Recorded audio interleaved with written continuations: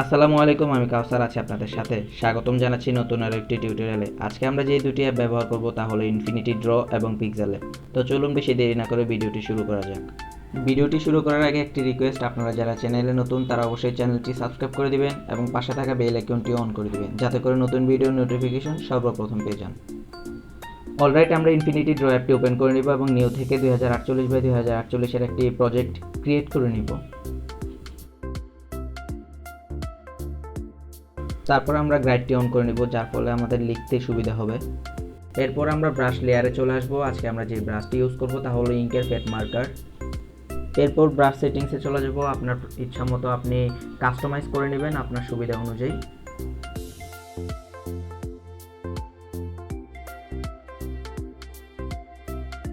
এরপরে colour select করে নেব। এর ক্ষেত্রে আমি ডিফল্ট কালার ইউজ করতেছি এবং প্রজেক্টটি জুম করে আমাদের কমফোর্ট অনুযায়ী সাজিয়ে নেব।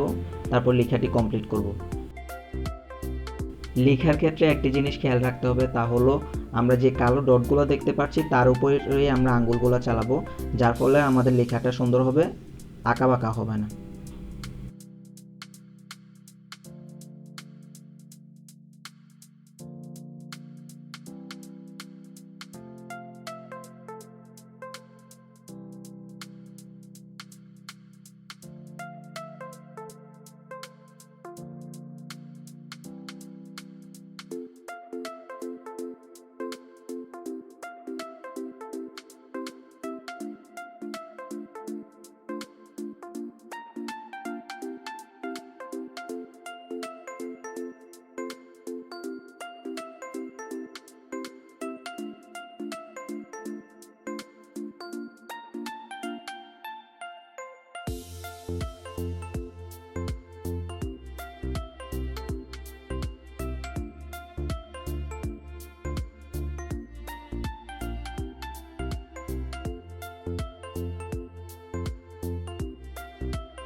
এরপর আমরা টুলবারে চলে যাব। টুলবার থেকে আমরা মুভ টুল সিলেক্ট করে নিব এবং এর মাধ্যমে লেখাটি সঠিক জায়গায় রিপ্লেস করে দেব।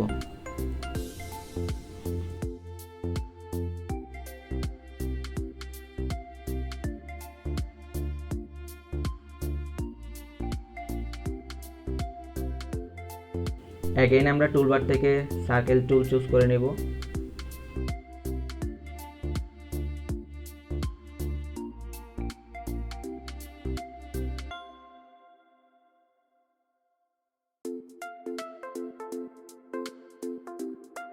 তো সার্কেলটি লেখার উপরে, তাই আমরা ইরেজার থেকে একটি ব্রাশ চুজ করে নিব এবং এর আকার আমাদের কমফোর্ট অনুযায়ী সাজিয়ে নিব এবং তা ইরেজ করে দিব।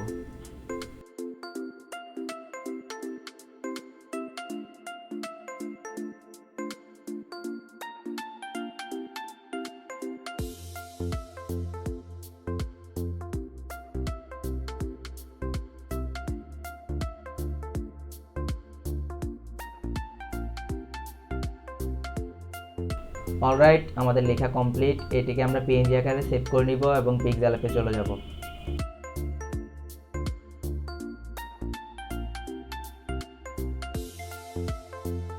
পিক্সেল অ্যাপে আসার পর আমাদের লেখার উপর ভিত্তি করে একটি ব্যাকগ্রাউন্ড চুজ করে নিব।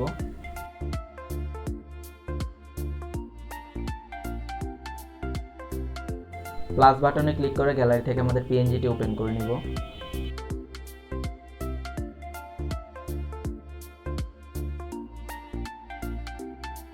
এরপর এটিকে ছোট বড় করে অ্যাডজাস্ট করে নিব এবং ব্যাকগ্রাউন্ডের সাথে ফুটে ওঠে এরকম একটি কালার চুজ করে নিব।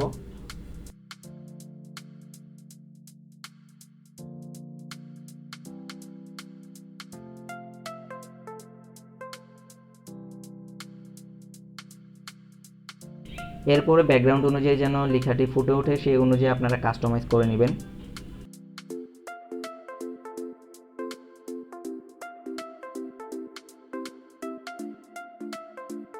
এই ছিল আজকের মতো। যদি ভিডিওটি ভালো লাগে তাহলে অবশ্যই চ্যানেলটি সাবস্ক্রাইব করে দিবেন এবং পাশে থাকা বেল আইকনটি অন করে দিবেন।